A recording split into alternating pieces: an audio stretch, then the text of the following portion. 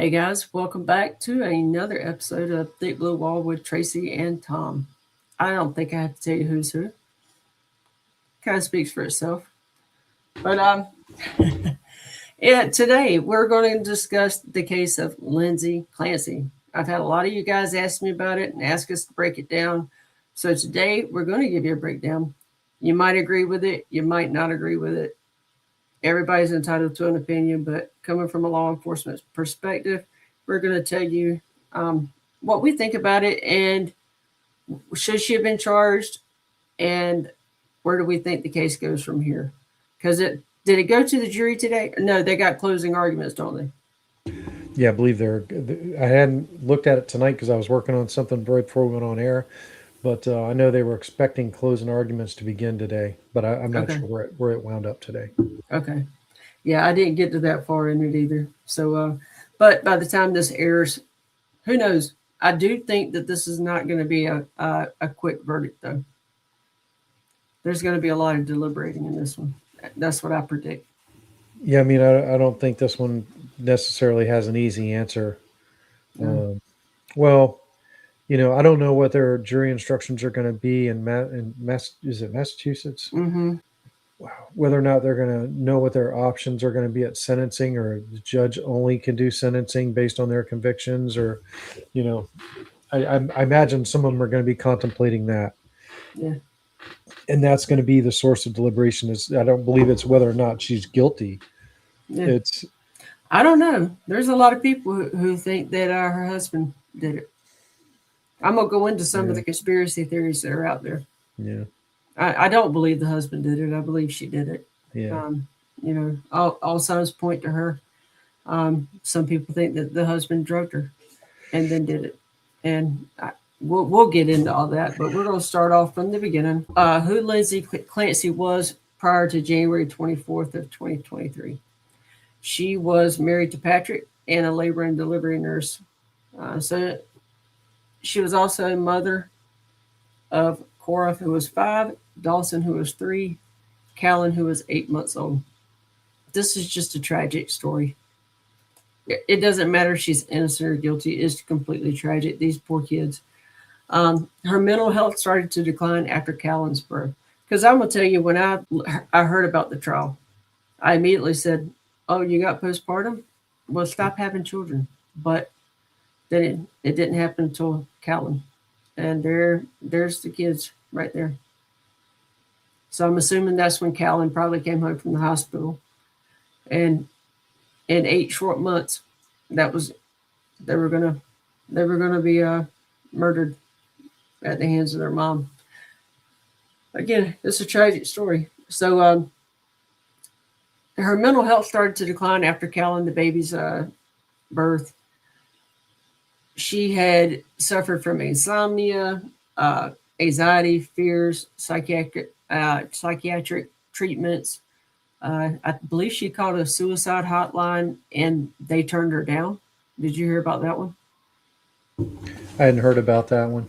Yeah, they Right. said she didn't meet the requirements I for, know I that don't, I know that there was quite a bit of testimony about they've tried several different doctors into several different routes, trying to find a solution to this.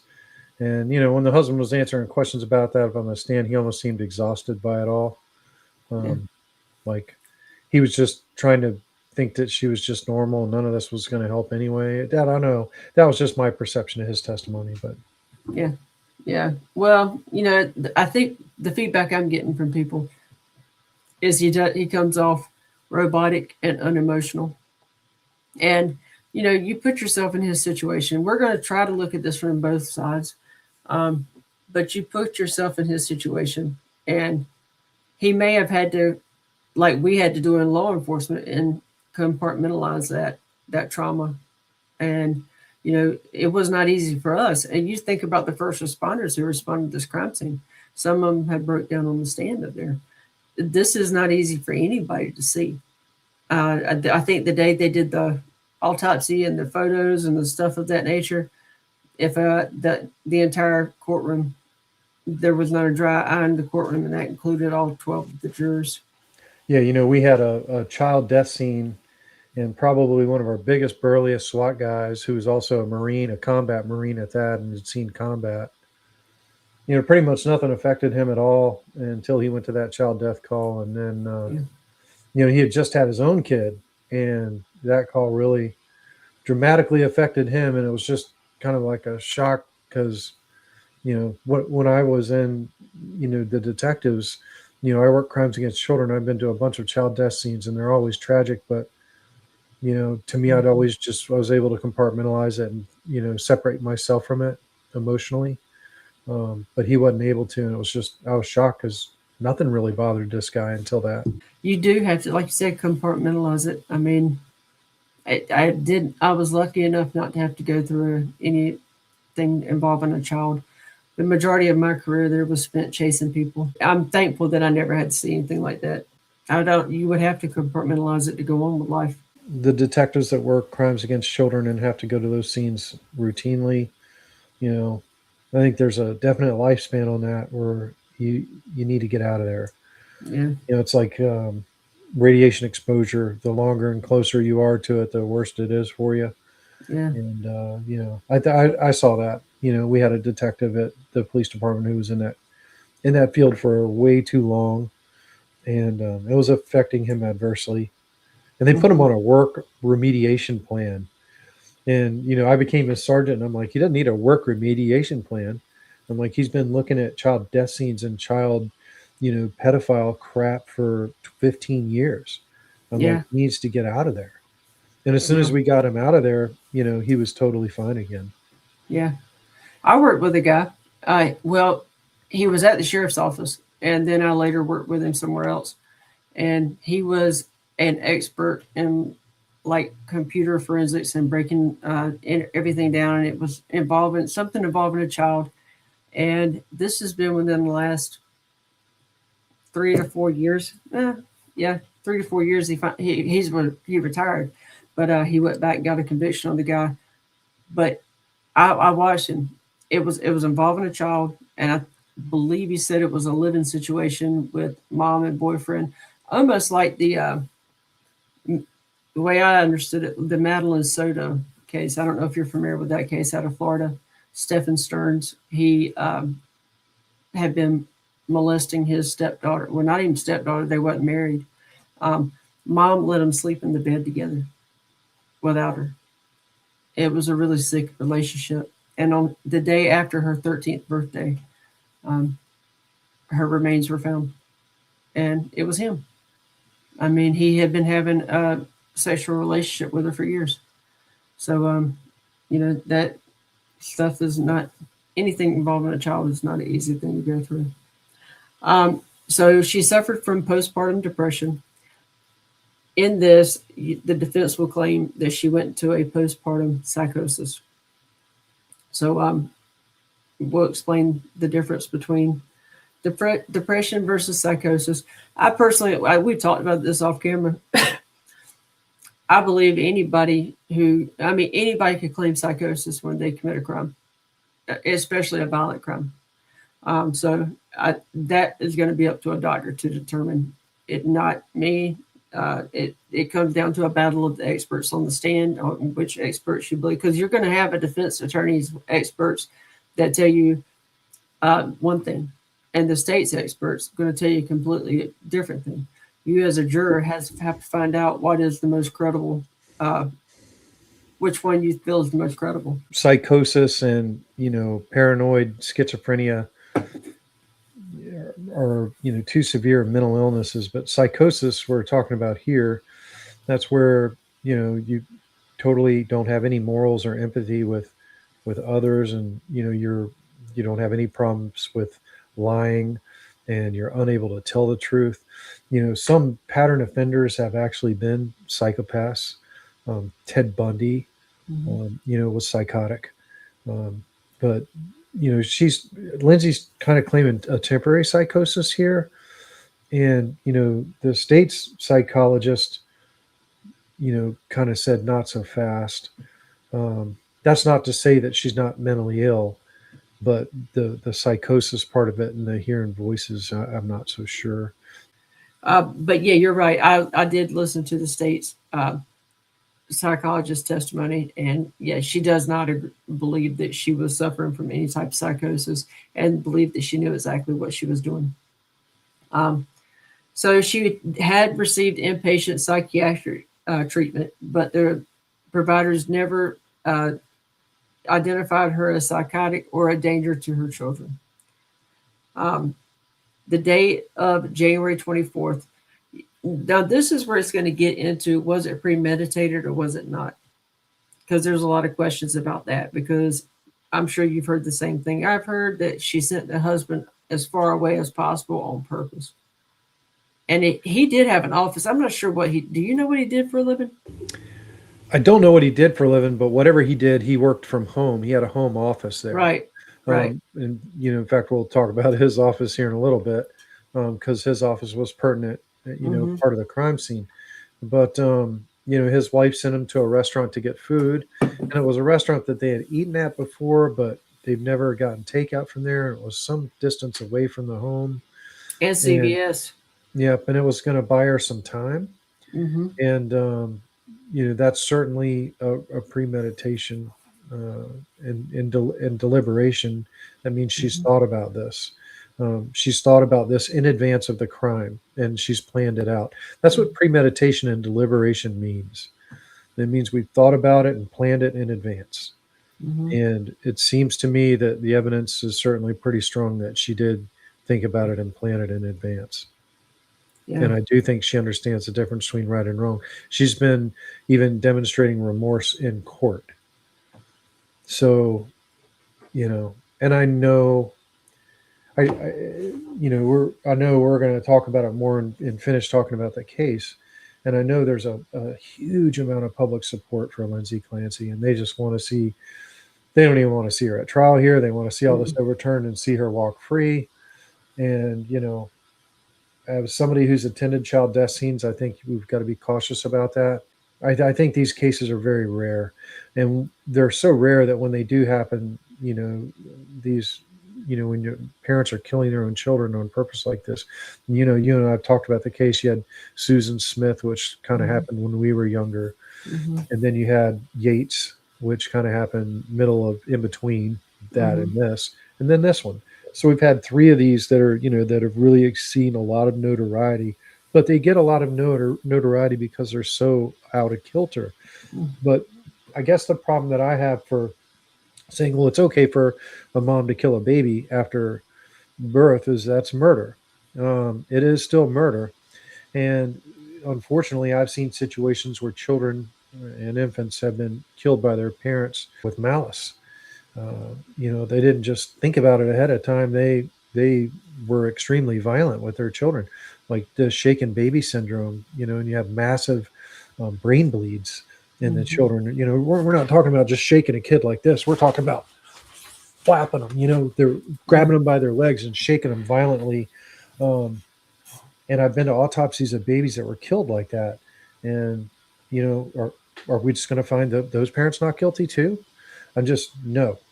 Yeah. At what point do you say, okay, this is a crime?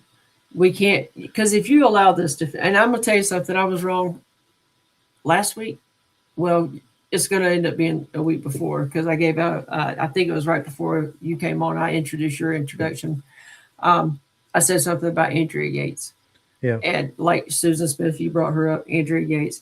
And Andrea Yates, actually, her conviction was overturned. She was convicted in 2002. She carried each, and for those of you who do not know, she ran a bathtub full of water. One by one, she carried each child to the bathtub and drowned them. Yep. And so she was convicted in 2002, and in 2006, her conviction was overturned, and she was now spending the rest of her life in a psychiatric hospital. And I guess that's really the issue here to me. I don't think it's whether or not Lindsay Clancy killed her kids, and I realize there's people out there that don't think that she did, but I mean, come on, she's admitted that she did. She's admitted that she did to several different of these doctors that have been testifying. She definitely killed her kids. So the issue isn't whether or not she killed her kids. The issue is whether or not she should be held culpable for for that issue, given the fact that she might have had some sort of mental defect. And that is, to me, the issue at this trial. It's not whether or not she did it. I think it's clear that she did it. I think what's not clear is what we do with her. And I guess I'm kind of dumbfounded at a mass public reaction to this, basically thinking that nothing should happen to her at all. They shouldn't even be having this trial. They should just let her go from this courtroom and let her go on and live her life. And I'm going, no, not after you killed 3 kids. Is she a danger to society? I don't know. Yeah, that's the other thing people are saying online, that she's not a danger because she's a paraplegic.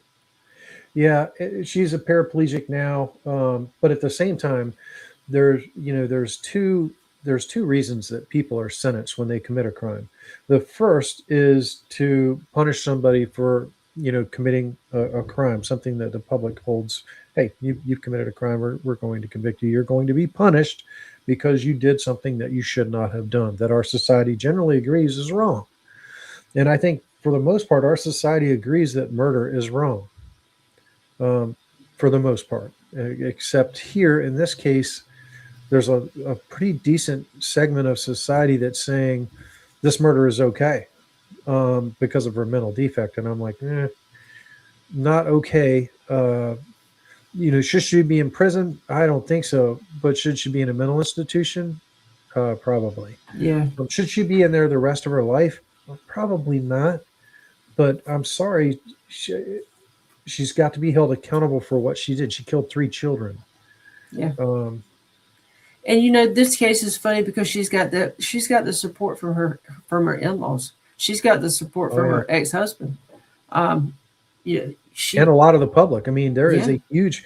I mean, I think I mentioned it on one of the earlier shows, but I mean, we had a young lady in my church that stood up talking about this case in church, and she thinks she needs to be found not guilty and just sent on her way.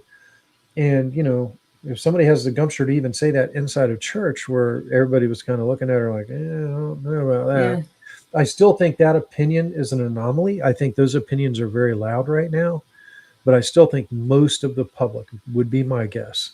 The silent majority is what we always hear about, but I think most of the public's probably thinking, I feel sorry for her that she had this mental defect, and she probably wasn't thinking rationally when this happened, but she still needs to be held accountable for this in some manner. Whether that's in a psychiatric hospital or a prison is what I think is the main issue before this jury and this judge. Yeah, I agree. And it's scary to know that there are people out there that this trend is starting, where people are starting to believe that people should be forgiven of their crimes versus held accountable of their crimes. Oh, they made amends, and let's call this postpartum psychosis. There's always going to be a name out there. Back in the day, it used to be called manic depression. Today, it's called bipolar. Before you were crazy. Now it's dementia. There's a lot of there's just a lot of excuses nowadays. And if we allow this type of behavior to go unpunished, guess what? It's going to happen again. Yeah, but that's a piece of the puzzle of a Marxist agenda too, is to decriminalize crime. And, to some extent we saw that, during the pandemic after George Floyd, which that's why, like, for the vast majority of the public, you go into Home Depot to buy tools and you can't buy a tool because they're behind grates. You go to buy toothpaste or a razor at the drugstore and you can't because they're behind grates. Well, they're behind grates because all these states were like, it's just misdemeanor larceny. We're not going to hold those people accountable for that. And then as soon as the state said, it's just misdemeanor larceny, we're not going to hold people accountable, then everybody started stealing. And then these stores were like, we're losing so much, we're going to have to do something about it. And they install all these grates and everything. And, I'm sorry, but I feel like if Lindsay Clancy is found not guilty and just turned loose back onto society, the same thing's going to happen, only it's not going to be grates getting installed over tools and things. It's going to be babies dying and youngsters dying because, hey, my life just didn't turn out the way I wanted. These kids are holding me up. I was wanting to have my own career, and I normally don't want to talk about this stuff, but I think it's important, hey, I wasn't able to get rid of my baby before it was born, so now I'm going to get rid of it now. Yeah. That's crazy. Yeah. At some point in time, taking a human life has got to be a crime. And if we say it's not, it's just it's we turn it into and minimize it to, larceny from a CBS. Come on, Yeah. Right. there's no way that cannot be. We do not live in a just society, and at the same time, I hear their argument that she's not a danger to society. She's probably not a danger to anyone. I hear you, and Right. she is obviously a disturbed woman. You got to hold her accountable. That's not to say that she needs to be in prison for 100 years or Right. that she needs the death penalty. But could she be in a mental institution until they treat her and they're like, hey, she's free and clear of all the symptoms that caused her to do this to her children? That could be 10 or 12 years. Whoever knows how long that's going to take. I'd be okay with that. It's kind of like, a lot of the American public, and we should talk about this because this is kind of pertinent this week. And I can't recall the news on it, but in 1980, John Hinckley Jr. took a shot at President Reagan and actually hit the press secretary. I think his name was Jim Brady. Yeah. Right. When Jim Brady, the Brady, he was the namesake behind the Brady Bill, Mm-hmm. when magazines had limited capacities and everything. But I mean, Hinckley had a revolver. So like magazine capacity wouldn't have stopped that shooting. But yeah, he did hit Jim Brady, he hit a police officer and a Secret Serviceman, and did hit Reagan. And Reagan, got hit underneath his arm, and it actually, punctured one of his lungs. And, he was able to be medically treated and survive it. But Hinckley, when all that happened, and I was watching that, I was just happened to be home from school that day because I was sick. And that came across the news, and I'm like, oh my God, the president was shot. And I remember calling my dad at work. My dad was working at the Pentagon. And I called my dad at work, and I was like, this is crazy. So the American public was just glued to this whole thing. And, Reagan was a divisive president, probably not as divisive as our current president, but he was a divisive president. But the American public was just drawn into this. And then John Hinckley goes to trial. And the result of John Hinckley's trial is he was found not guilty by reason of insanity because he had this infatuation with Jodie Foster. Yeah. And I think the news was this last week, John Hinckley Jr. was finally released from the mental institution that he was in, if I'm not mistaken. And I'm okay with that. Do I think John Hinckley is a danger to society now? Probably not. Yeah. I mean, he's an old man. I mean, he was close to 40 when that crime happened. I think this is kind of one of those situations. The American public is glued to this, and they don't want her to be sent to prison for the rest of her life. But if she's found not guilty by reason of insanity, she's going to get sentenced to a mental institution, which is what happened to Andrea Yates, by the way. Andrea Yates got a new trial on that. She was actually found not guilty by reason of insanity and then committed. But I think that's probably what needs to happen in this case. I'm okay with a not guilty by reason of insanity on this because she's going to get sentenced to a mental institution. And the public needs to know that's calling, but I think a lot of the public is calling for an out and out acquittal here. And I'm like, no, she's guilty. No. I'm sorry, but there's proof beyond reasonable doubt here. Her own admissions in numerous situations and forensic evidence that ties her to killing these children. Yeah. No, there's proof beyond reasonable doubt. So it's either not guilty by mental defect by reason of insanity or, guilty. And you're going to get a state sentence. Yeah. Anyway, You have to remember that these what we have displayed on this TV screen. This is who that you're fighting for. These are the voiceless people that are not here anymore. Well, they didn't have a voice. The little one especially. But they're not here anymore. They were at the mercy of their mother. The they one did person not ask to be brought into this world. No, none of them. And these parents, these are the people you trust the most in your life. Yeah. What was going through these little ones' minds? Ultimate betrayal. Yeah, because I was going to talk about it a little bit later, but talk about the order of their death. And the baby was the last one to go. And you would think that would be the first one to go because he can't run anywhere, he can't go anywhere. But it was the baby was the last one to go. And then the middle one, Dawson, he was the first one. So he's age 3. The baby was 8 months, and the little girl, Cora, was age 5. Yeah. And I mean, the mental health. We could talk all night about mental health and how the country has failed the mentally ill. Um, I'll go back to Irina Zarutska, the Ukrainian girl who came over for a safer life, safer.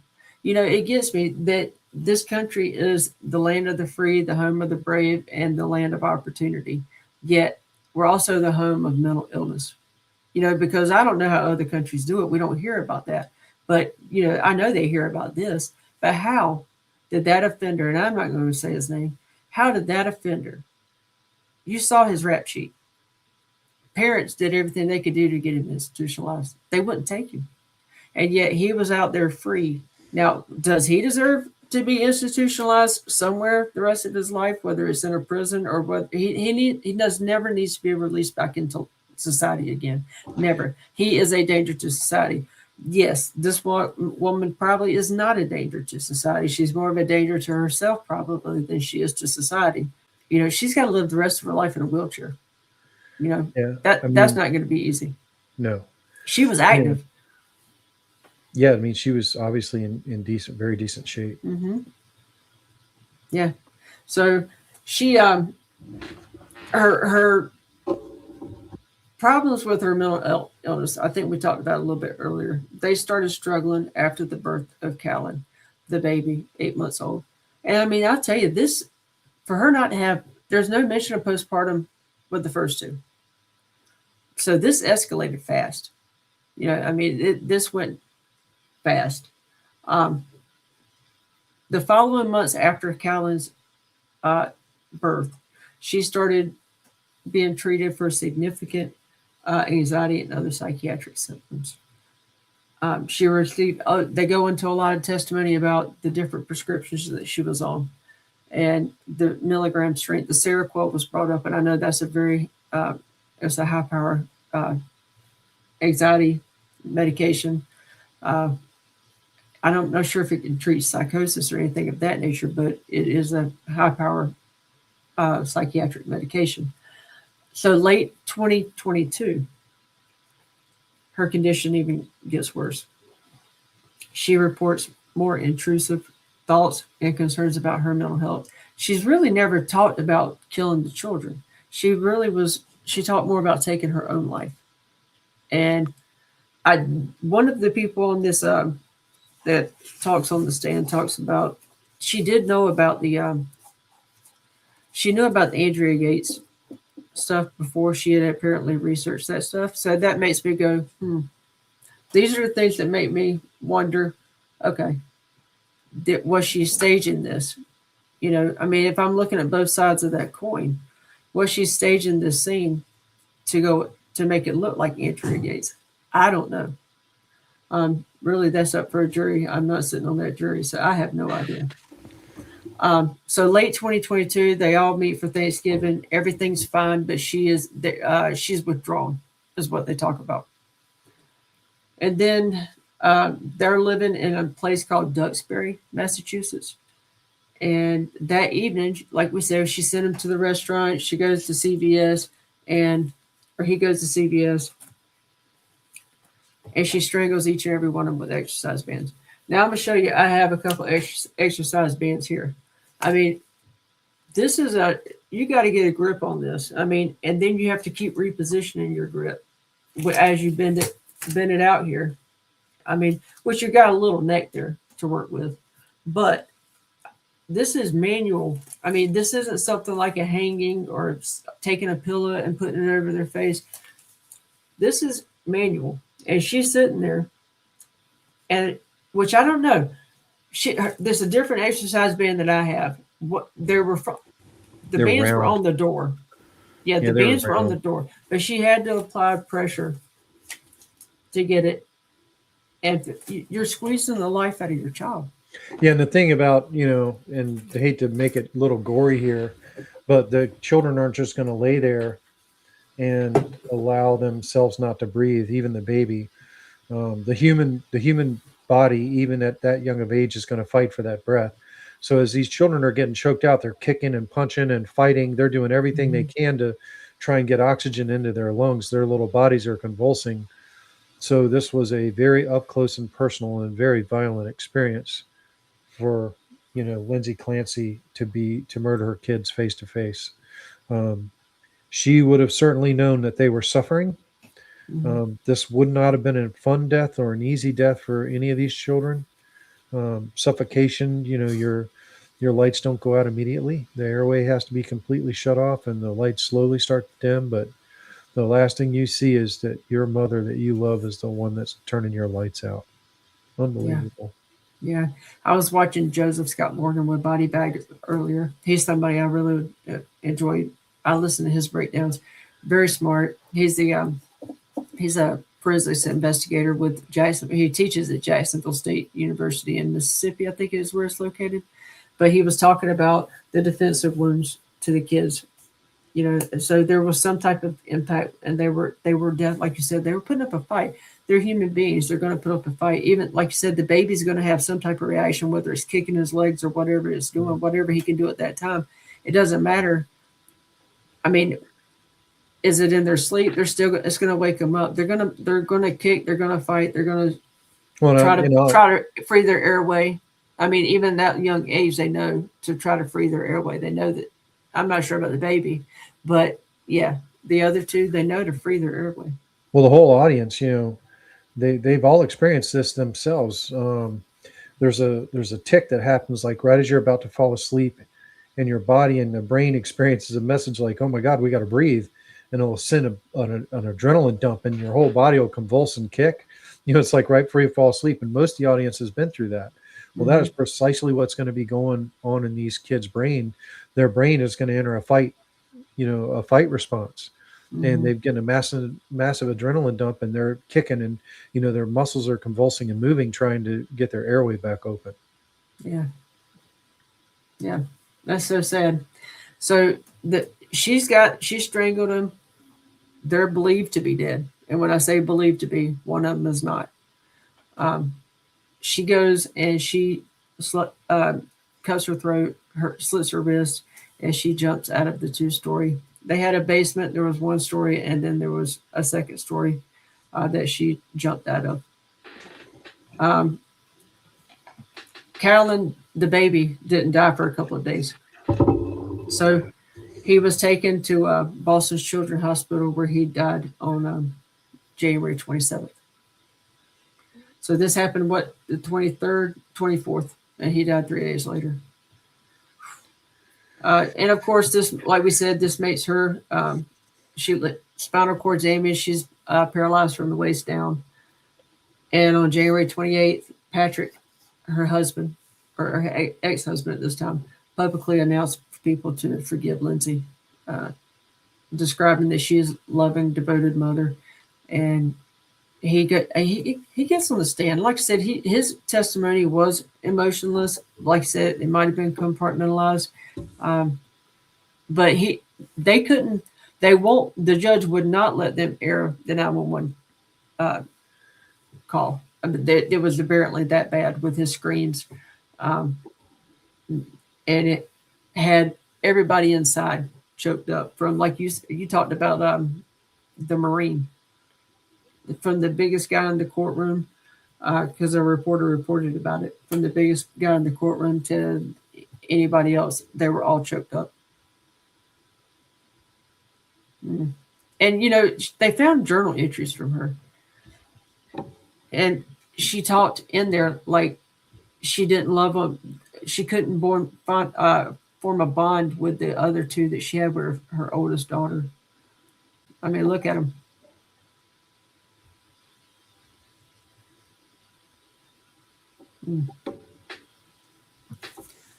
Everybody wants to be a mother, or most people want to be a mother, have a family, raise kids. Something, I do believe something triggered her, and her mental state greatly altered. I do believe that. I don't believe that she had kids to kill. I don't think she thought this was going to come on. Again, it's a very sad thing. So she's arraigned on February the 7th, and she pleads not guilty. She appears remotely from her hospital bed.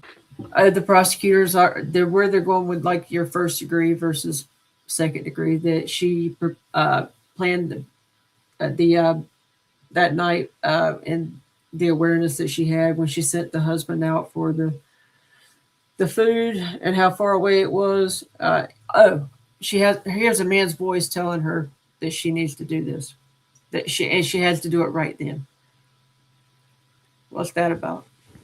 Yeah, that's the hearing voices part, the psychosis, and it's temporary. We were talking about Seroquel a little bit ago, and I didn't interrupt you, but Seroquel can be used to treat, some severe depression cases in combination with other depression medication. Interestingly enough, one of the main side effects that I found on Seroquel is suicidal thoughts and tendencies, particularly when you start taking it. So I'm kind of wondering, when she started taking this Seroquel, because it says young adults and people with depression may experience an increase in suicidal thoughts, especially when first starting the medication. And that was an interesting thing about Seroquel. If I was her defense counsel, I would be trying to tie in that to the defense. But I think her defense counsel is really doing a good job, to be honest with you. yeah, From what I've watched of it, he seems to be doing a pretty good job.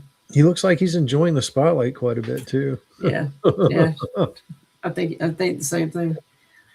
So from September to October 2023, she was formally indicted on 3 counts of murder related strangulation charges. Like you said, strangulation is just one of those crimes that you're literally feeling the life. You pull a gun on somebody, you shoot a bullet, they go down, they die. End of story. But you're literally squeezing the life out of something. I think typically for first degree murder, you got to have with malice of forethought and premeditation and deliberation. You have to have all those things to get first degree murder. And malice is kind of like with anger or violence. And, the manual strangulation is certainly with anger or violence, particularly in light of the possible reaction that the kids were doing while they were being strangled. The premeditation deliberation is what we've already talked about. Her sending her husband out. She's formulated this plan, and he needs to be gone long enough for her to execute this plan. That means she's thought about it and planned it out ahead of time. And the fact that she had the exercise bands there ready to go, it is first degree murder. Yeah. Now, is she not guilty by reason of insanity? Possibly. But is she going to be acquitted outright?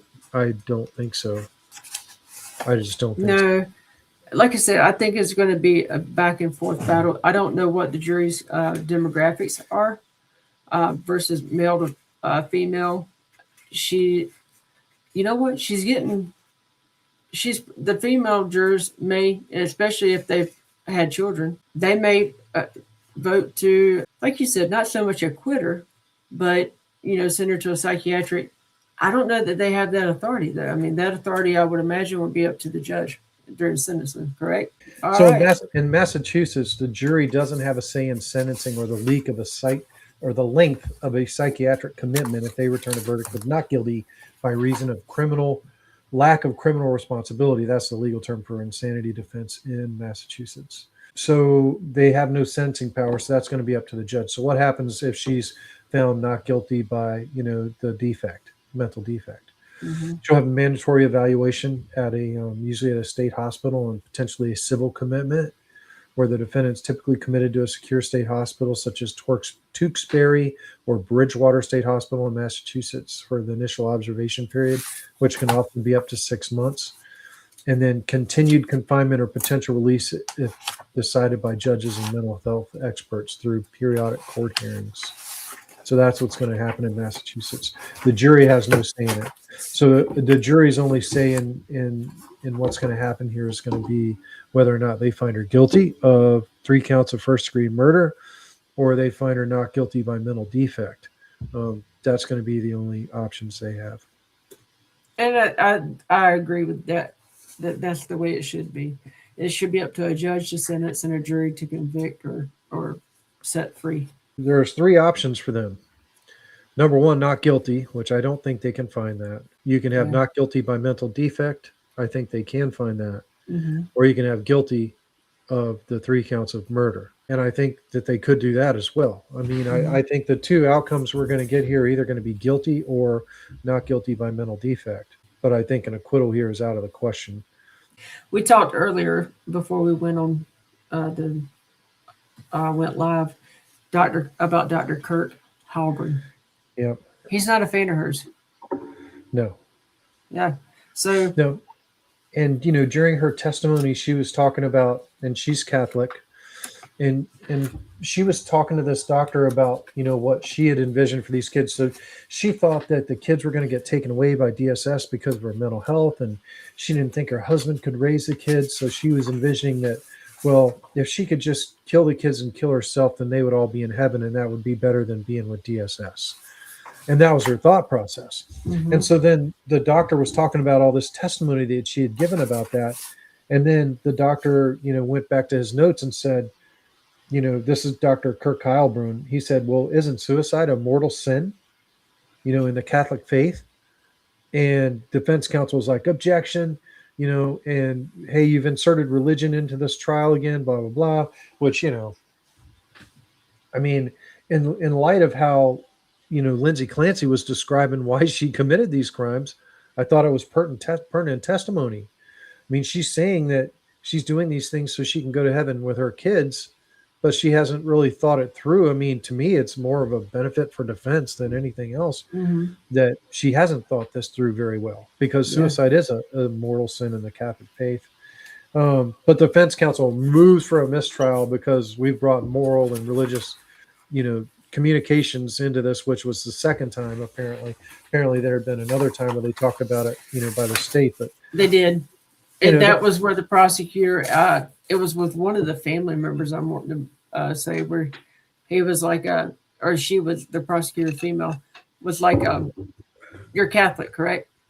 Yes.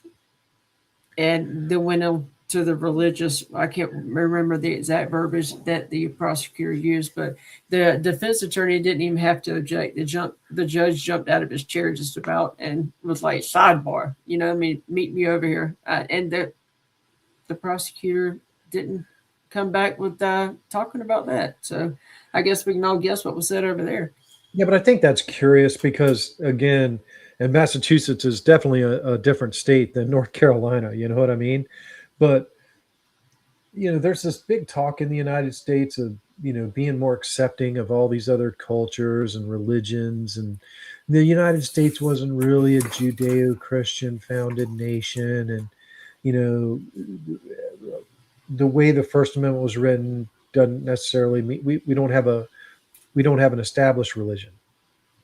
And that's correct. We don't have the Church of England in the United States, but we certainly were founded on the Christian faith.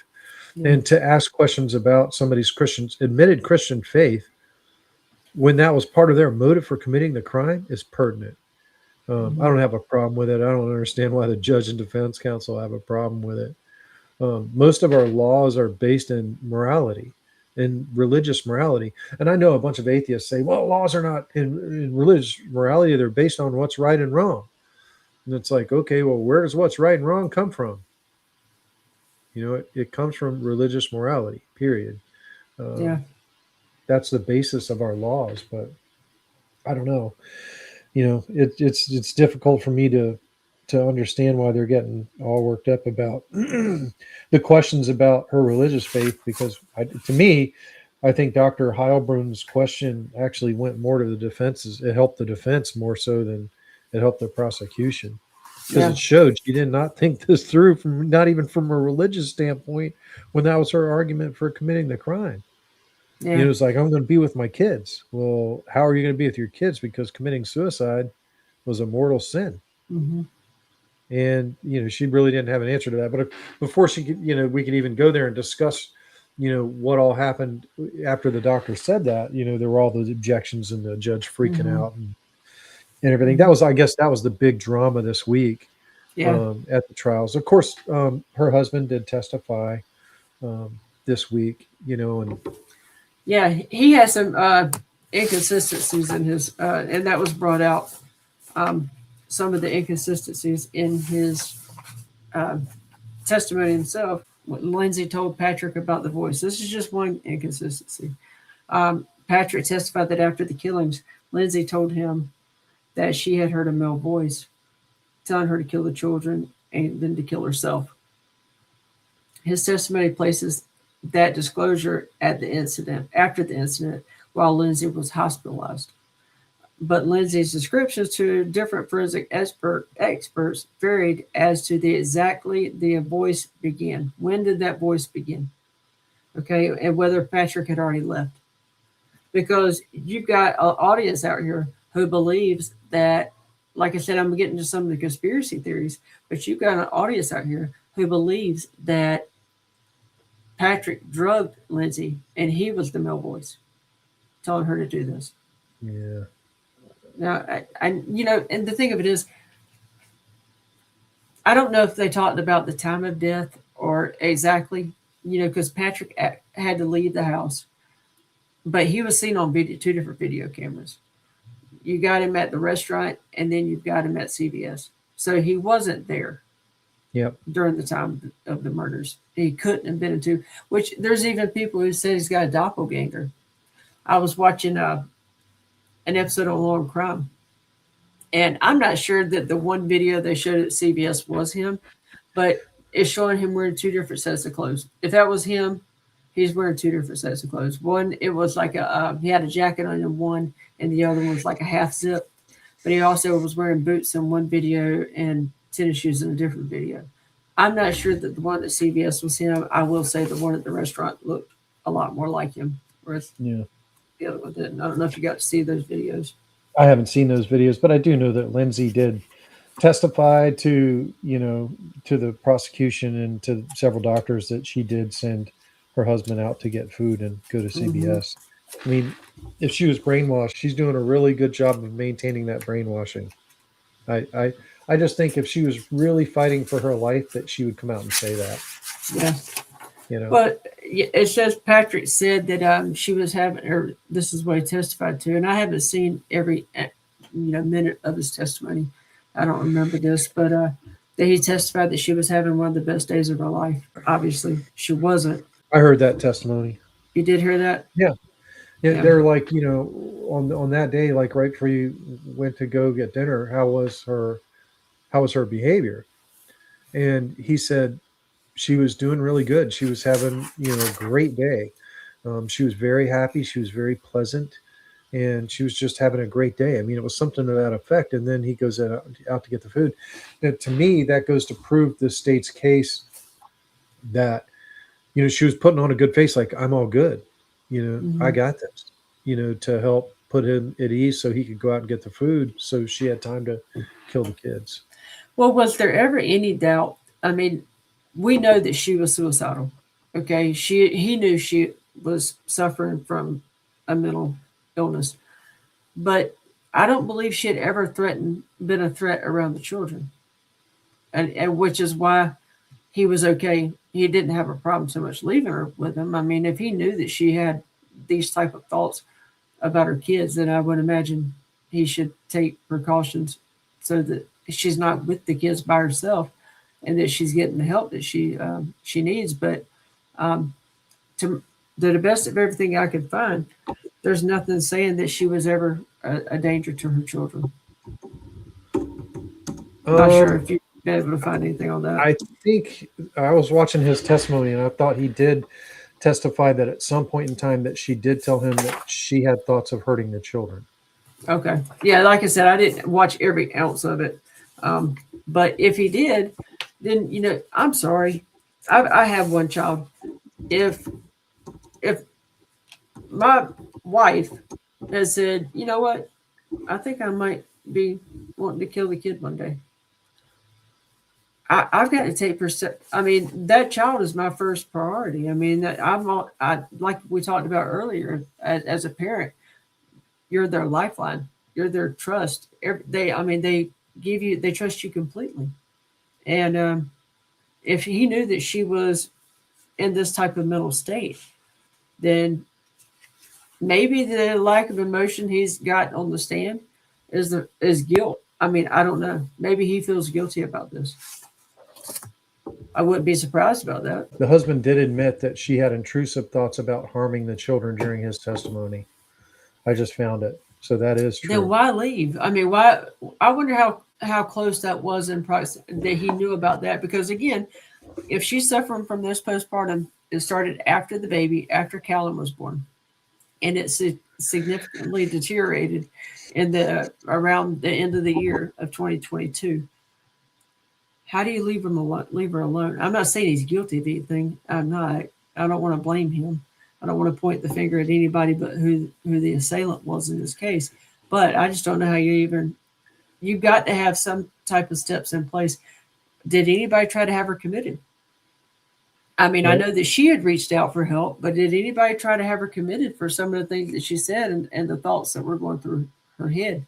I mean, well, I think they asked him about that, and he just stated that no, he just thought this was a passing thing. But she had told some of her other family that the medications were destroying her, that all the psych meds that they had her on were making her have these crazy thoughts and thinking horrible things. So there's no doubt that probably some of these meds they had her on, like Seroquel, were definitely having an effect on her. I mean, I've had personal experience with family members that were on, pretty strong meds, and they were drastically different when they were put on the meds for sure.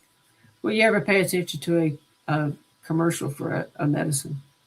And they give you just normally people dancing in the pastures and holding hands and living a wonderful life. And then at the very end, they'll say, now, this medicine may cause hallucinations, psychotic information. Yeah, I mean, there's a whole list of things that could go wrong with the medicine. And typically, your doctor doesn't put you on anything that could go wrong, but there's always that percentage out there that it does happen to.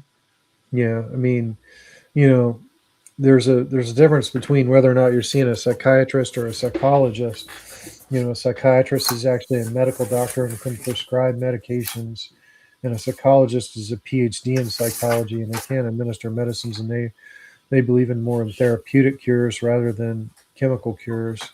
Yeah, And to me, I think I would have been trying to seek out the help of a psychologist here if she was having this kind of complaints about the medications. The medications can do crazy things to people. I had a really good friend, and he got put on antidepressant medication, and the antidepressant medication actually made him suicidal.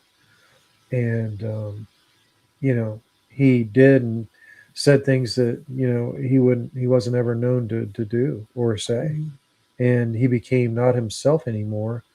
And it's been a heavy burden for him to carry for a long time because it caused a pretty massive embarrassment to him and his family. mm, But I think that's something that is a tough question probably for him. I'm sure her husband's probably feeling guilty that he didn't do more. I mean, he's lost his children. yeah, I mean, I would be thinking, wow, I missed a lot of signs here. My kids are dead. yeah, I wished I could have protected my kids. I mean, I failed as a father. I mean, I'm sure his guilt has got to be pretty massive. right. And that could be one of the reasons why he doesn't want his wife on trial, because, he probably feels guilty for not helping her more, That's true. you know? Yeah, that's true. So here are a few of the conspiracy theories that are out there. It's a big TikTok craze, and I've been watching a little bit of it. But like I said, Patrick deliberately drugged Lindsay. Yeah, I don't think so either. But they claim he manipulated her medications to make her appear unstable before the killings. I don't think so. And there had been no evidence presented at trial establishing that. Lindsay's medication history is absolutely relevant, but that's different from the evidence of Patrick secretly drugging her. And I do not believe that he did that. There's no Well, evidence to support that. if I'm not mistaken, so Lindsay graduated Lyman High School in '07 and got a Bachelor of Science from Quinnipiac University, a Bachelor of Science in Biology in 2012. And I thought I heard she was a nurse. Yes, labor and delivery. Okay. So she's probably a registered nurse with a bachelor's degree. And, probably from a medical standpoint, I'm thinking she probably knew more about what she needed medically or chemically than her husband did. Yeah, Um, you know, and maybe he was depending on her to take care of herself because of her expertise. Who knows? Yeah. Well, she knew the signs. I mean, she knew what she was. I mean, like I said, the reason why so many women are getting on this, supporting her like this, is because she actually did reach out for help and was turned away. And if that's the truth, and if that's the case, we have a much bigger mental health issue here with our country, turning people away, especially people who are asking for it. Huh. So So he worked for Microsoft. He was a business application sales executive for Microsoft Corporation. So that was Patrick's profession. So certainly her as a, Lindsay as a nurse probably had a heck of a lot better of an idea of what to do with herself medically than Patrick would have. He was yeah, a and he, computer like guy. you said, he may have sat and said, "Well, I probably feel that way. You know what you're feeling. Yeah, you're a This, nurse. yeah, you know your medications. You know what you should take, what you shouldn't take. But when you Yeah, I mean, start mixing these drugs and medications together, you know, I don't know how many antipsychotics she was on, but you start mixing them up, and you get your wires crossed. yeah. This could happen. I don't think that science, psychology or psychiatrists have truly mastered the mind yet. Um, I just don't think that we're there. Yeah, I don't always think chemicals are necessarily the best answer. yeah, Um, you know, and especially nowadays with especially since the pandemic, there's so many the pharmaceutical companies. I don't even think they should be allowed to advertise on TV or radio, but the pharmaceutical companies, they're not really telling the truth about all the side effects of these medicines. mm. Some It's of the just side effects are worse than their supposed benefits, and I'm just like, well, why would you even take that? yeah, And it sounds like a freaking nightmare. And it's just like right now the big craze, is the GLP medications, hmm, and everybody and their brothers, trying to get GLP prescriptions so they can lose weight magically. And I'm worried, what are the long term consequences of these GLP medications going to be? Because nobody knows. There hadn't been a study of that. mm, And what are the long term consequences of the COVID vaccine? Nobody's done studies on that. Nobody knows. yeah. It's just you And, know and now it's really scary that with Fauci coming out and uh, the what got me when he testified in front of was it Congress? yeah, He testified in front of, and he pled the fifth to everything, even though he'd already been pardoned. But we're going to find out what the repercussions of taking the jab was. Maybe I'll see it if my kid my kid didn't do it, and I'll let that completely up to him because I felt like he was on to make up his own mind. There wasn't enough studies, especially with you know women in the reproductive system, boys and their reproductive. I wasn't going to jack that up for him. He was so close to yeah, being an adult that you know what I can't do that. I don't want to do that for him. yeah. If We you did want we it, did the same for Ella. yeah, We let her, because we were basically, I was basically forced to take it, all but mm-hmm, forced, and through work. yep, When our bosses were sitting there watching us get jabbed, that was a pretty good indication that we were being forced to do it. I was actually witnessed that I had my bosses witness me getting the shot, and then come to find out that our former police chief, who was making all this happen, he didn't even get the vaccine himself, and you're just like, come on, bro. So you're making us get jabbed, and you didn't even go get it. And it's like, come on, man.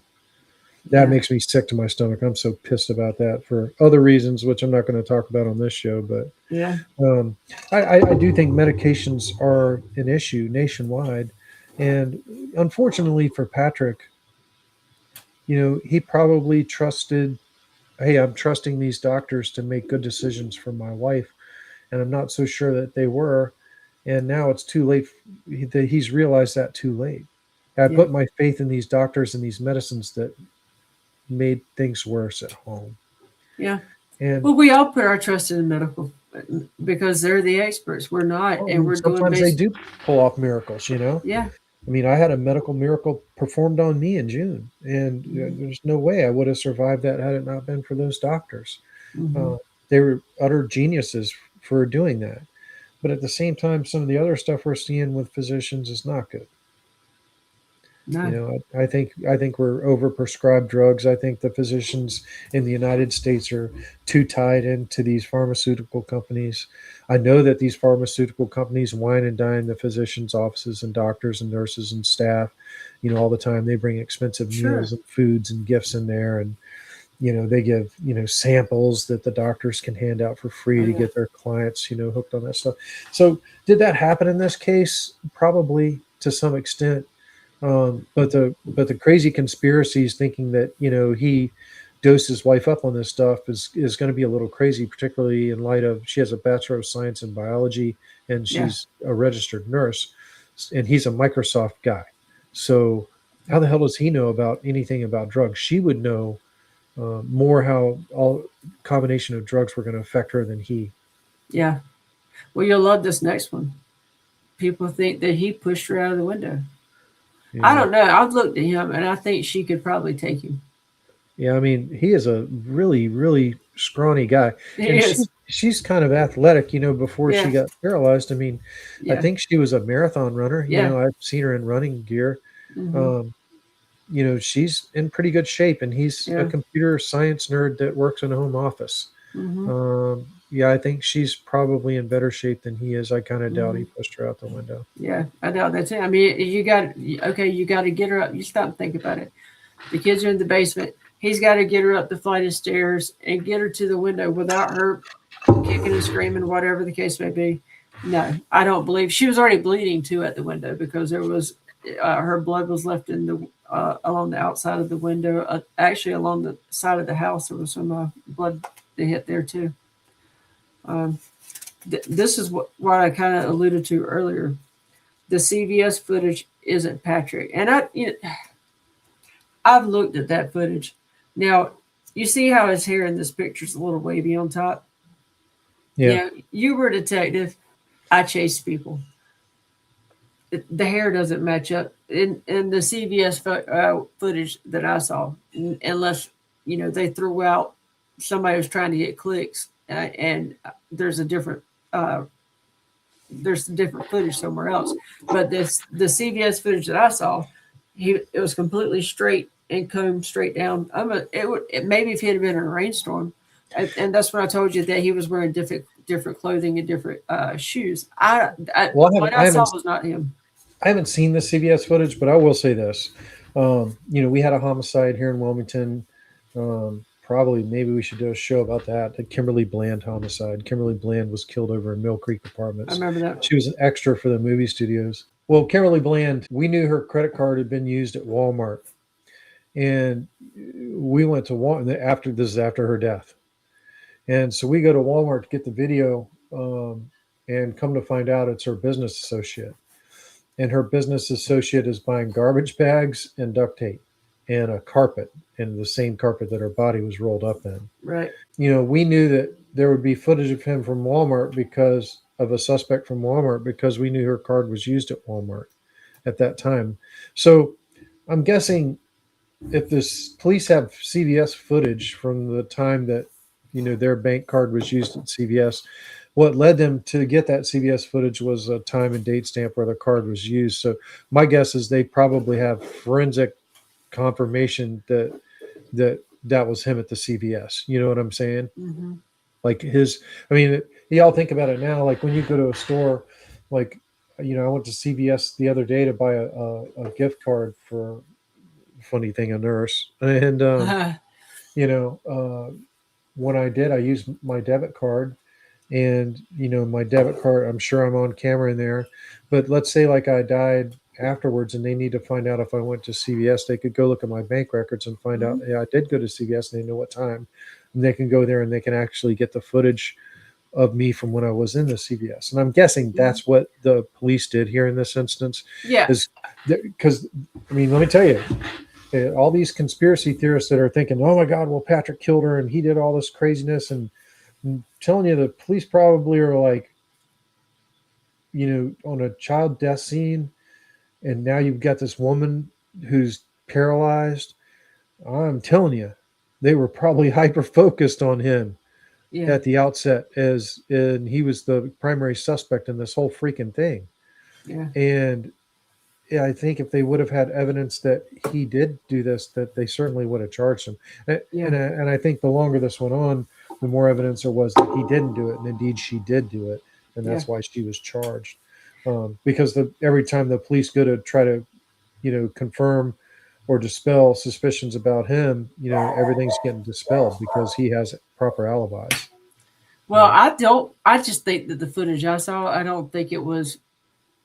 I believe he went to CVS. I just don't think the footage that I saw was of him. I think it was Might of not be the somebody else. proper footage that's Yeah. going around. Yeah. I don't. And yeah, I don't believe it was him in that footage. Yeah. But Well, I that's do the believe it was problem there. with some of this, including us. I mean, to some extent, I mean, people, they want to talk about these cases to the point where they may not be privy to the actual evidence yet because the evidence may be under lock and key still. Once the trial's over with, it'll become a part of the trial record and it'll be Mhm. accessible to the public. But sometimes some of the stuff that's circulating around on the internet may not be the accurate story or the full story yet. Yeah. You know what Well, I I'll mean? tell you this. You know how you hear, well, they didn't act a certain way. Let's say Patrick, it had he not, I'll tell you, as a dad who just walked in on his three children who have been strangled, I believe if he was innocent, I mean, he put on quite a show. I believe he was displaying real grief and real uh, horror, horrified of what he was looking at. So there wasn't, oh, well, she didn't act upset or he didn't act upset at all. We might be breaking him apart on that stand. Like you said, he's probably compartmentalized. But that night was a completely different thing. I believe that his emotion was real. Um, the deputies talked about his emotion, or the officers, whoever it was that pulled up on the scene, they talked about his emotion once he found his children. Um, yeah, I mean, I don't believe I don't believe he had anything to do with it. But here's another one: Patrick's remarriage proves motive. Motive. Apparently, of course, they divorced, and he married in April 2026. And some people say that his uh, have tried to connect this new relationship with the 2023 killings. Yeah, I'm not so sure about that. He remarries in what year? 2026. Yeah, but they said that he started the relationship 3 months after. That's what I've heard, is that he started the relationship 3 months after this incident. Which I don't, I don't have any proof of that. I'm not sure after 3 months of what he just went through that he would be Well, ready for another relationship. Maybe he was, maybe he wasn't. I don't know. he's also lost his children. He's thinking, "Hey, my wife's going to prison for the rest of her life. My kids are dead. I need to start Yeah, all over again." And he meets somebody and starts all over again. I guess I don't know. I'm not going to impugn him for that. Um, no. I mean, you, I don't know when it you happened. I lost three mean, of your kids. I mean, yeah, I can't even imagine that.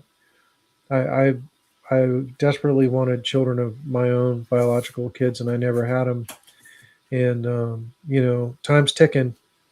He yeah, doesn't have forever. If he wants to have a family again, he's going to have to right. meet somebody and have kids. He Hmm. his clock is ticking. I And you know what? Who knows where he met this? I mean, maybe this person could have been a grief counselor, yeah attended somewhere that he just connected with. There's something called trauma bonding, yeah and he could have met somebody who was going through some sort of trauma themselves, and they were able to bring it out of each other. yeah. Um, I don't know, but he they got divorced, obviously, but he holds no ill will towards um, his ex wife, Lindsay. But like I No, I said, think he still loves her. yeah, I think he does too, and I believe his family still loves her. I mean, like I said, the in-laws, these are not her parents; these are Yeah, his parents, and they lost their grandchildren as well, and they don't hold any ill will towards her. And if I had to take a guess, it's because of her how the efforts that she took to try to reach out before something like this happened. That the system failed her. If I'm taking a guess, they know that the system failed her. yeah. And Based on what we saw with the Ukrainian woman, the system does fail. The system can fail people for sure. And I Mm-hmm. think it definitely failed her in this case. I mean, we were talking before, what the hell happened to the mental health system in the United States? Well, number one, in 1979, the Mental Health Reform Act was passed, which deinstitutionalized the mentally ill in the United States. We got rid of our forced mental institutions all across the country. Furthermore, as years have gone on, we haven't made any further investments in even short-term mental health care. Um, in North Carolina residents, you can see direct evidence of this. In Raleigh, there's this brand new park called Dix Park, DIX Park in Raleigh. And all the kids all the parents with kids, they want to take their kids to Dix Park. Well, we went up there to watch the celebration of the Carolina Hurricanes winning the Stanley Cup. And we went to that parade. And then afterwards, Caleb wanted to take my son wanted to take his children to this Dix Park, and we get there, and I'm like, this is Dorothea Dix Hospital. Like Ah, I've had to drive up here, like on an involuntary commitment. I've had to actually bring patients up here and drop them off. But Dorothea Dix is no longer a mental hospital. Now they've mothballed it, and Dorothea Dix, the hospital and the facility is still there. But this Dix Park is built all around what used to be the mental health hospital, one of the main mental health hospitals in North Carolina. There were three. There was one out near Asheville. There was Dorothea Dix in Raleigh, and then there was Dark Cherry in mm-hmm. Goldsboro, I think it is. And the only one still even somewhat open is Dark Cherry, but Dorothea Dix is totally closed. So at a time when we're seeing mental health facilities shuttered and closed, we're seeing a massive, influx of mental ill people on the streets of the United States. And then everybody's like, well, I don't understand. And I'm like, well, I do. We destroyed the mental health institutions in the United States, and none of the politicians are making any moves to fix this. Democrats or Republicans, none of them are fixing it. Mm-hmm. And the people who know it, they work in the government. They work for firefighters, police, EMS. I mean, even you, in your capacity, you're going to see the direct result of mental health institutions Oh, being absolutely. non-existent. I've And been then dealing with it today. I've dealt with it just today in I my, guarantee, yeah. I mean, we have what you call, they're houses that are, they're just like Trillium houses, for example. yeah, Trillium is a mental health.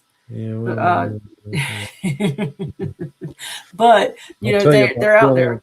Yeah, we did a lot with those houses, and there are a lot of them. There are mental health issues. There's substance abuse issues with those Yeah, houses, and yeah, so yeah, I deal a lot with it. yeah. But don't worry, somebody from Trillium's making money from the federal government, Yeah, I'm sure. and a lot of I money have too, no doubt. more than you and me. But at any rate, yeah, you know, you don't want to solve homelessness or mental illness in the United States because um, we can pay an entity a lot of tax money to not solve the problem. Yeah, yeah. And I mean, we could talk about that all day because that's the huge problem facing our country today. This mental health crisis and substance abuse crisis and the homelessness crisis, it's all one and the same. And, as a 30-year law enforcement officer, I'm telling you what it is. Hmm. And then society has to answer one question. Where do you think, well, it's two questions, really. I mean, do you think that the mentally ill just need to be on the streets or living in the forest and woods? Or do you think they need to be in jail or prison where they're being, treated harshly for committing minor offenses? Or do you think they should be committed against their will and held in involuntary commitment status until they're, no longer in need of mental health services? Um, that's the real problem we have to face in the United States. And if we're going to have mental health services, then we've got to unmothball some of these hospitals and reopen them. And I do think that is the solution, but I don't think our country's ever going to do that. Yeah. And then, what if we had an institution? Maybe Lindsay Clancy could have been institutionalized in Massachusetts instead of killing her kids and destroying Hmm. her family's life. I mean, I'm sure that her ex-husband would have loved to come up with some solution to this besides what happened. Yeah. Oh yeah. It's a failure of our government. It's a failure, and European nations aren't any better with this, by the way. Yeah. They have the same crisis with mental health that we do. They've abandoned it just like we have. Um, you know, some of the, some of the harsher countries still have insane asylums and mental health institutions where they put people at. But I think you've got to have harsher limitations on it. I mean, what killed mental institutions in the United States was a movie with Jack Nicholson. It was The one flew over the One Flew Over cuckoo's the nest. Cuckoo's Nest is actually what caused the Mental Health Reform Act of 1979. Um, and I do think there needed to be reforms. Like you just shouldn't be able to commit somebody for the rest of their lives without them having some sort of, hearings on. They've got to be able to state their case about why they shouldn't be committed anymore. And if they can make a sound case and, they're not insane anymore, then they need to be let out. Mm-hmm. I do agree with that. There needs to be a system in place, but if you're still insane and you're still having paranoid schizophrenic delusions and you're refusing to take your meds, I'm sorry, you're going to stay institutionalized instead of living out in the woods in Wilmington, North Carolina, or wherever United States. But that's not just about helping the homeless people and the people that are out there suffering. It's also about people like Lindsay Clancy. Mm-hmm. Uh, you know, where, like right now, if you had a serious mental health issue in your family, where do you take them? There Good is no question. mental hospital. Yeah, good There is question. none. So you go to a behavioral health clinic and you're treated on an outpatient with counseling or drugs and medications. I mean, that's what's going on with Lindsay Clancy. Mm-hmm. Is that really a solution? No, You it know, wasn't here. no. And kids are dead because of it. Yeah. So from that perspective and from that angle, I have sympathy for Lindsay Clancy. Mm-hmm. That doesn't mean that it's okay to kill your kids. Yep. It doesn't I'm mean not she's not there. responsible for it. That's right. And that's where it goes to guilt. They have to prove Yeah. that that she knew what she was doing was wrong, and that the Commonwealth had to prove beyond all reasonable doubt that she was criminally responsible for what she did. Yep. That's what they have to prove. That's what's really on the jury. I mean, the jury it's just like I said before. They It's have not a three. whodunit. No, they have No. three choices: convict, guilty on all three counts of first degree murder; acquit, which I don't think they can do because the evidence is overwhelming that she killed her You kids. got a confession, and that's not to me. I'm with you on that. There's no way that she gets off scot free. It's either guilty, and I think the jury is probably going to ponder, hey, there's a lot of mental health failure in this case, and I think there's a strong chance that they're going to find her not guilty by, mental defect or whatever it is in Massachusetts. It's the Mm-hmm. same crap. I mean, different states call it, not guilty by reason of insanity, not guilty by mental defect, but it's the same crap. I mean, Massachusetts has it. It's just called something different. It's like Yeah. mental defect of mental responsibility. But if she's found not guilty by mental defect responsibility, and she's sentenced to a long-term care facility, I'm fine with that. Yeah. And I I'm think that's looking. justice. But she needs to be held there until she's better, just like John Hinckley. Yep. So I'm just looked up because every state is different. You do have to be. It has to be a unanimous vote in Massachusetts. So Yep. you're going to have to get 12 jurors um, on the same page with, and that's where the tricky part's going to lie, because you are definitely going to have one who wants to put her in the hospital, and you're definitely going to have those who want to put her in prison. And like I said, I think that's where your jury demographic comes. I think men are going to be the ones that want to put her in prison, and that women will be more sympathetic towards her, especially women with children I don't or know. women who have suffered this type of have suffered postpartum. I think men that watched the husband's testimony in court might not be so willing to sneak her in prison. You know what I mean? I Yeah. think a good woman on this jury could convince even the harshest of men to, hey, this is a miscarriage of justice to put her in prison for this. Um, Do you think they'll come back with a hung jury? Could be. Could be. I mean, you could have somebody on there that's just, I mean, you could have somebody that's steadfast, no way, I'm not convicting her of this. Mhm. She is not guilty. And then, you could have other people going, no, she's guilty. She killed the kids. And then you have other people going, not guilty by reason of insanity. So, yeah, I mean, the fact that they have three options here. And, but I think the evidence has been pretty strong that she's got a mental defect. Oh yeah. I think it's really going to come down to, in the defense attorney's closing arguments, can he convince the jury that this mental defect was enough to find her not guilty by reason of not responsibility by mental Yeah. defect? I think that's going to be what he should be aiming for, because you're not going to get an acquittal. I think you've got to aim for that not guilty by reason of insanity, and that's his best hope. I don't know what the prosecution's going to do, because I mean, they pretty much have a slam dunk case, but to me, I think if they look too vicious before the jury, they could turn the jury off, as well. Yeah. The charge, what will happen is if they can't get to a unanimous vote. Let's say they've been deliberating for days, and they come back to the judge and they say, "Judge, we're deadlocked." The judge will then issue something called a Tui Rodriguez, in which the judge will put them back in there to try and give it one more valiant effort to come to an agreement. This is what happened with Karen Reed. They were given a Tui Rodriguez in the first one, and they could not come to a unanimous vote, in which the jury was then hung. Yep. So I do see that this jury possibly does get a Tui Rodriguez. I would not be surprised if they come back one time and tell the judge. Which I wouldn't be surprised. I would be surprised if it comes back unanimous on the first round. Yep. There's a good chance of a hung jury here for sure. Mm-hmm.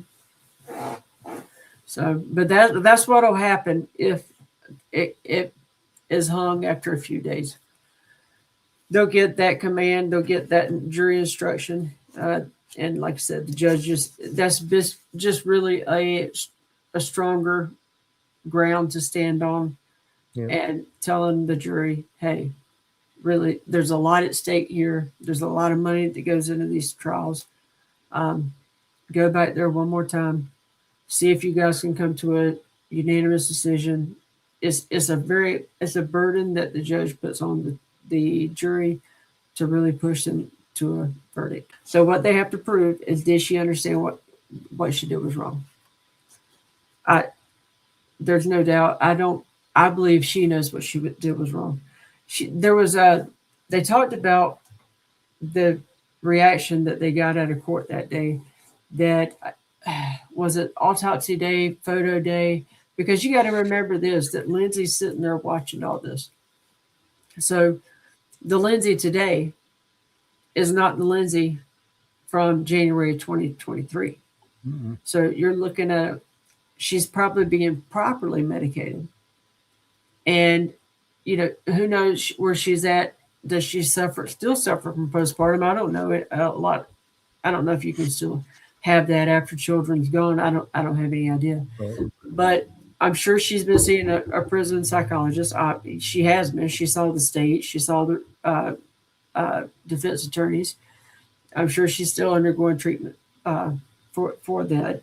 And like I said, she's probably properly medicated versus potentially not being properly medicated. And she must not have been properly medicated if this was a thought. I don't know. Can I 100% say that it's a first-degree murder? I didn't sit there and, like I said, I have not listened to all the evidence in this case. Unfortunately, I still have a job I have to do that pays me. Yeah. And if I don't go to it, I don't pay the bills. So I can't. But I do watch a lot of this stuff while I'm doing my work. I don't have that problem currently. And it pisses me off. If I'd have stayed, I wouldn't be having that problem either. Yeah. But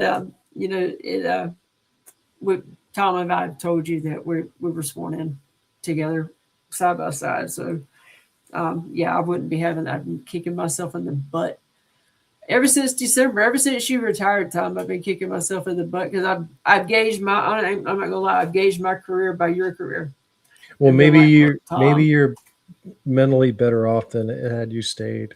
hey, Did you ever that's a think about that? possibility. No, Like you might have been put through something that you hadn't been put through yet that might have messed you up, and you wouldn't well, even be in the relationship that you're in now if you'd been yeah, that messed up. yeah, and I mean that The you world never. works in mysterious That's ways. what I was going to say. You never know what God puts you where He wants you, Yeah. and as much as I regret my decision that I left, as much as my heart still, again, I mean, it's blue. Um, I'm where I'm supposed to be, Yep. and that's how I have to accept it. As I told Tom this, he went through it, and I even told Paul this. You guys went through your 30-year career in law enforcement, and when your heart, somebody like me, and my heart's still in it, you know, this podcast has woken something up in me because it was a dark period I went through, not anywhere close to what she's going through. I didn't have to be medicated for it, but it was. It's been hard to find something to replace that. And there was times where I was like, "Do I go back?" Well, if I went back, let's say I went back today, I would be going back to what my thought of what law enforcement was in 2002 when I left. And it ain't that now. No, because I'll sit there and I watch a lot of YouTube, and you know, driving is a privilege, not a right. And I see these young officers pull a car over, and somebody rolls the window down that far and says, "I'm not talking to you. I'm whatever Right. type of citizen." Blah blah blah blah blah blah blah. Well, okay, I'm gonna ask you one more time for your driver's license registration. I'm gonna let you know on the third time I'm busting this window out and I'm pulling you out of it. If you want to argue your guilt and you want to argue your rights, it's time to go to court. Yep. But today, I'm pulling you out of the car. It's up to Yeah. you whether you want to come out the window or you want to open the door. I guess there's a lot of those videos on the internet that really piss me off. Everybody's testing the police now and trying to get their, moment of YouTube stardom, with a cell phone Yeah. camera in an officer's face. When I first realized this, there was an officer calling for help downtown at the gazebo at Front Mm-hmm. Market, Mm-hmm. at Water and Market, where I'm Mm-hmm. talking about. Mm-hmm. And the officer had the guy under arrest, and the guy was much bigger than the officer, and the officer had one hand in handcuffs, but the guy had his other hand under his chest, and he was laying on the ground. And so I get there, and normally I would have done a maneuver that probably wouldn't have looked so good to rip his arm out from underneath of him. But I looked up, and the whole crowd, everybody's doing this. Everybody's like videotaping. There's like 30 or 40 people standing around videotaping. Like back in our youth, like those people would have been stepping up to help us. Yeah. Yeah. And now they're videotaping it, trying to get their viral moment. Well, like I said, driving is a privilege, not a right. And when you get your driver's license, you have to comply. It, like I Yep. said, if you want to argue, that's where you go to court. But I'm not going to stay on the side of the road, putting myself in harm's way, making sure traffic, because there's how many officers have been killed A lot. in pulling cars over and a car not paying attention and coming and whacking that vehicle and Yep. pinning an officer. No, it wasn't going to be to me because you were going to give me your license registration, or else I was going to pull you out the window. Yeah. So they have to say, does she, like I said, understand what she did was wrong? Could she control her behavior? Could she have stopped herself? Did she know it was wrong? She did know it was wrong. I mean, she's got journal entries fighting with her thoughts, knowing that she said that it's not fair to the Callan, the baby, that she doesn't.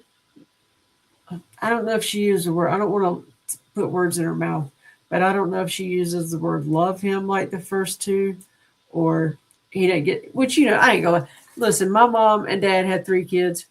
My oldest sister had this big elaborate baby book. Then you get into I was born 6 years later, so my oldest sister's 6 years older than me. Then you get into my baby book. and there's still a lot of information in there. Then you get to my youngest sister's baby book. It might have been a couple of pages. That just happens. You get the new parent. You're all excited and you're saving, locks of the hair, and it's taped to the inside of a baby book. Now you're talking about the 1970s. I don't have any idea what we do today, but you know, I think that she might have been too hard on herself when it comes to that, because I think that's probably just normal behavior. Um, so yeah, that's what the state has to prove, and the burden of proof is on the state. The defense put on. She's not testifying, I'm sure. Which every defendant has a right not to do. Um, I would imagine, if unless she was forcing her way onto that witness stand, that her attorney just told her not to do so, because then she would be open to cross examination. Now, if if the judge's charge instructions to the jury, I'm sure they're going to include an option for not guilty by reason of mental defect. And if that's the case, then that's going to be the argument, in my opinion, probably back in the jury room, is who do you believe? Do you believe the defense and that she was temporarily insane when this happened, or the prosecution that she knew what she was doing was wrong when she did it? And I don't know, based on everything that I know about this case and I've seen, I mean, it was a heinous in how it was carried out, but I do think something was really wrong with this woman. And Yeah, I think the jury's going to see that too. And yeah, I think there's a strong chance the jury's either hung or not guilty by reason of insanity. I'm kind of guessing not guilty by reason of insanity here. yeah. I think they'll come back. This is our prediction. I think they may come back and have to get the instruction from the judge, Yep. and at that point, if they are able to reach a verdict, I believe you're correct. Yep. I think that's the most likely outcome here. I don't think there's going to be an acquittal. So all the people that just want an outright acquittal, that's. No, like I said, the public just doesn't understand what that opens up, because the next woman is going to claim, psychosis. The next woman is going to claim, I can make that argument even though Chris Watts wasn't a woman, but what he did to his children, Yep. he had it. Something was off of it. He dumped his babies in crude oil. Yeah. Okay, there's something obviously not upstairs. Could he be in a state of psychosis? I don't know, but I know that he dumped his kids in the crude oil, Which and is a little crazy. yeah, a lot crazy. And that last one, the oldest one, knew what was going to happen because she had just seen what was happening to her sister, and said, "Daddy, no." And I hope he hears that for the rest of his life. Yeah. But you can argue, like I said, he obviously doesn't have postpartum. But you know, if let's say he had some type of defense like this, every man who leaves their child in a car is going to have a defense like this. I mean, at some point, it's just got. Where does it stop? Where does it stop? So Yeah. There has to be a hard line. You know. yeah, Otherwise, you're going to get more Zarutskas in other ways. You know. yeah, I mean, Zarutska was brought about by precisely the sentiment that's out there by a bulk of these women that are out there wanting her to be acquitted. Um, People like that are exactly why Zarutska is dead. yep, yep, In a free society like this, we must have laws, and those laws must be respected. That's not saying that Lindsay Clancy needs to go to prison for the rest of her life, but she needs to be held accountable. And if that means held accountable by being put in a mental hospital, then I'm fine with that too. yeah. I But personally think that she did know what she was doing was wrong. That's me personally. I know that there's a lot of people would agree with me, but I do believe she's criminally responsible, and I do believe that could it be a situation where she's goes to prison and is evaluated, or goes to a mental hospital and is evaluated, and they crisscross. I don't know. Um, but yeah, I mean, I don't know what her. I'm sure in Massachusetts, pardon me, edit that out. I don't know what Massachusetts sentencing guidelines are going to be for a triple homicide on first degree murder conviction, but She's not getting the death penalty. We know that. No. We can knock that off the table. no, she should not get the death penalty. No, But she wouldn't be an eligible candidate. No, even as heinous as killing 3 children is, if you've got a mental illness and you've got a legitimate mental illness, and I do believe she had, you can't. That takes you. You can't get the death. Well, you can get the death penalty because Ted Bundy was mentally ill. Obviously, he was a narcissistic, mentally deranged psychopath. But did he know right from wrong? The answer is yes, he did. So, yeah, I guess that's the problem with, and I know a lot of the American public, when John Hinckley Jr. was found not guilty by reason of insanity, a lot of the American public was really pissed off about that because he shot the president of the United States. But I think in the end, as years have gone by, it looked like that verdict has really borne out to be the just verdict. Yeah. And, do I think that these not guilty by reason of insanities need to be brought out all the time or routinely? No. I think this is an extreme case. And I think it's okay in this instance. And it's a good defense. Actually, on this, it's the only defense. Yeah. She definitely did it. Yeah, she did it. So, I mean, and as a human being, you want to think that somebody has something wrong with them to do something like that to their children. And there is. Again, there is something wrong with them. But you got that standard as to what you're looking for as a juror is what I just read off to you. And that's what they've got to decide. It's all in the jury's hands. They'll make their closing arguments. Probably by the time this video releases, there should be a verdict. I'm not positive about that because I believe this video will probably release maybe next Thursday. I believe it'll probably release next Thursday. So if it goes to if they do closing arguments tomorrow, I think that'll take a good portion of their day. They may be deliberating after lunch, 2:00. I don't know, but it's definitely not going. That verdict's not coming back tomorrow. I'd be really surprised for it to come back Friday, and I think they will deliberate to the early part of next week before they come in deadlocked, given the instruction and sent out there.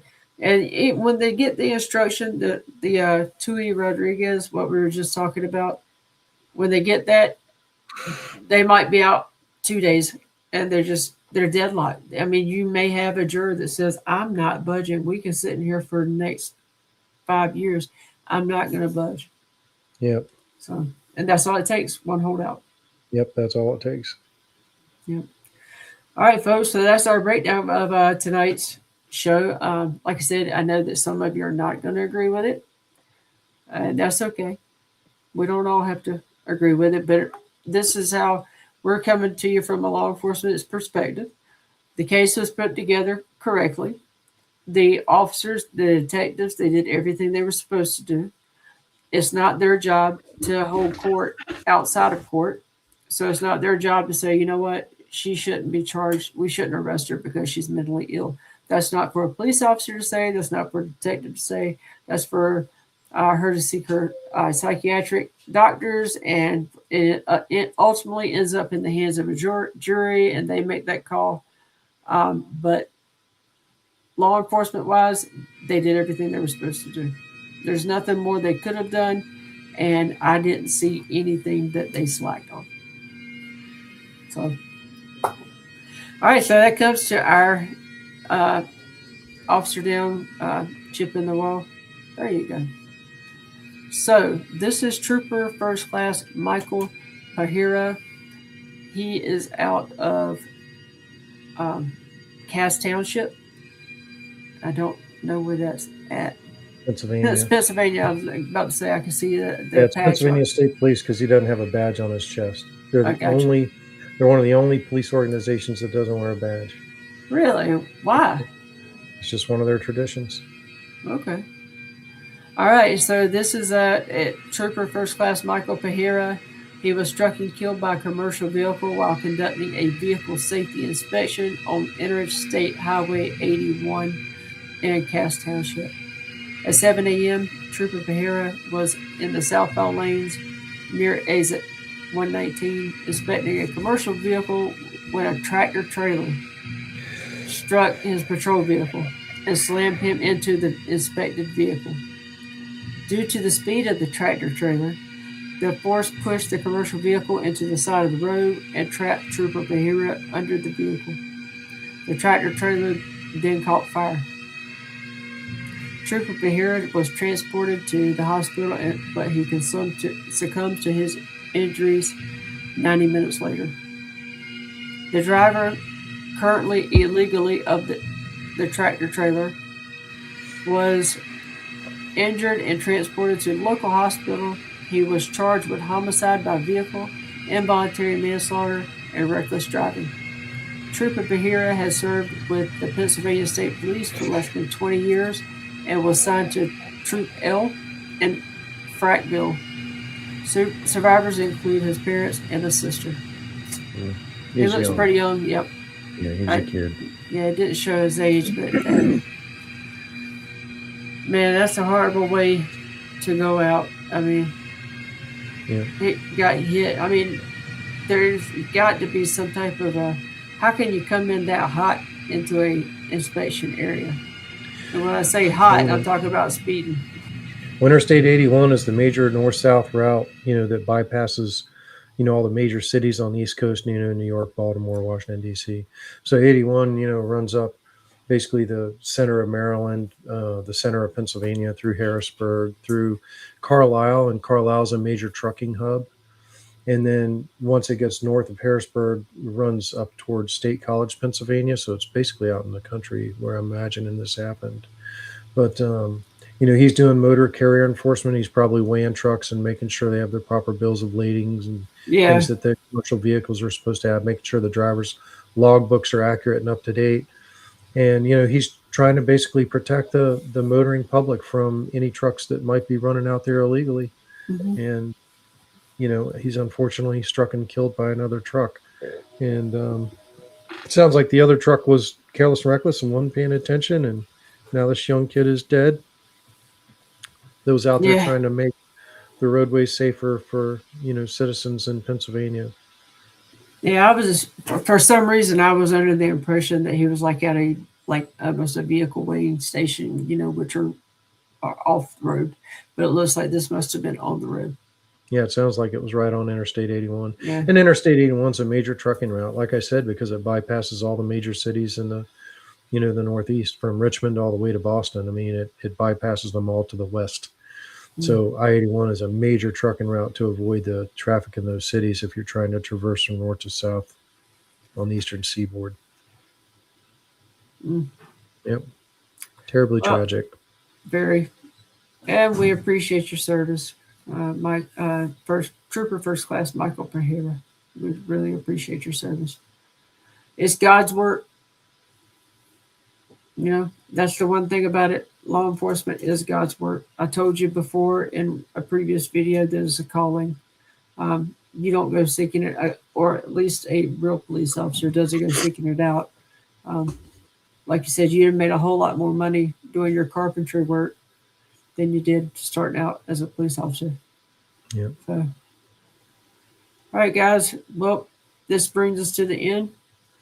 And I will tell you first, like and subscribe, please. We'd appreciate each and every one of you. Follow us on Facebook. That's where you'll see your updates, and we'll keep you in the loop on that. Follow us on Instagram and even TikTok, even though I hate TikTok. But follow us there. China. Yep. That's there. I said they're not getting in my business. So, follow us. Subscribe. That's all the instructions I got. And it doesn't cost you anything. So I don't understand why you just don't get over there and do it. Click that button. Hit the notification bell. Help us out with the algorithm. That's right. I mean, We're- we've got, I'm going to tell you what, our Facebook, I've been looking and we're getting more and more followers, probably, you know, with your, the people you're bringing along, which is great and outstanding. Now I need each and every one of you 600 and some odd subscribers or followers who have not subscribed to go on over to YouTube right when we get done with this video and hit subscribe. And then we'll look. I think right the last I looked, it was like 139 subscribers, which we're getting there. But if all of our Facebook friends would get over there and get and just hit subscribe, well, we'd be well on our way to 1,000. So that's a big milestone. Hell, 100 was a big milestone for us. Mm-hmm. So I'll take it. But yeah. Click that subscription is free. It doesn't cost you anything. It is. Nothing. Yep. That's all you got to do. So, and especially if you want us to keep breaking down the content, we'll break it down. You tell us what you want. If there is anybody you have a suggestion like this, let us know. Put some comments. If you disagree with us, write your comments down and below the video. Let's talk about how you feel about the case. I mean, we love to spur that conversation, and both Tracy and I will try to engage as much as we can on these videos. And if you disagree with us about Lindsay Clancy, then let us know. Right down there in the doobly-doo. Go ahead and make your little comments down there and get all emotional. You know, let's make it happen. Yep. We love it. We'll talk it out. Share our videos. Share them everywhere. Yes, please. We appreciate that. Every time I see one of you guys share our stuff, it makes me very happy. Yep. And my heart gets happy. So, yeah. Well, you know, I remember where we started and where we've come. So we're getting there. We're not giving up. Like I said, we're just getting started, aren't we, Tom? Yep. So, all right, guys. Again, stay safe. We don't want to break you down. All right. We will see you next time.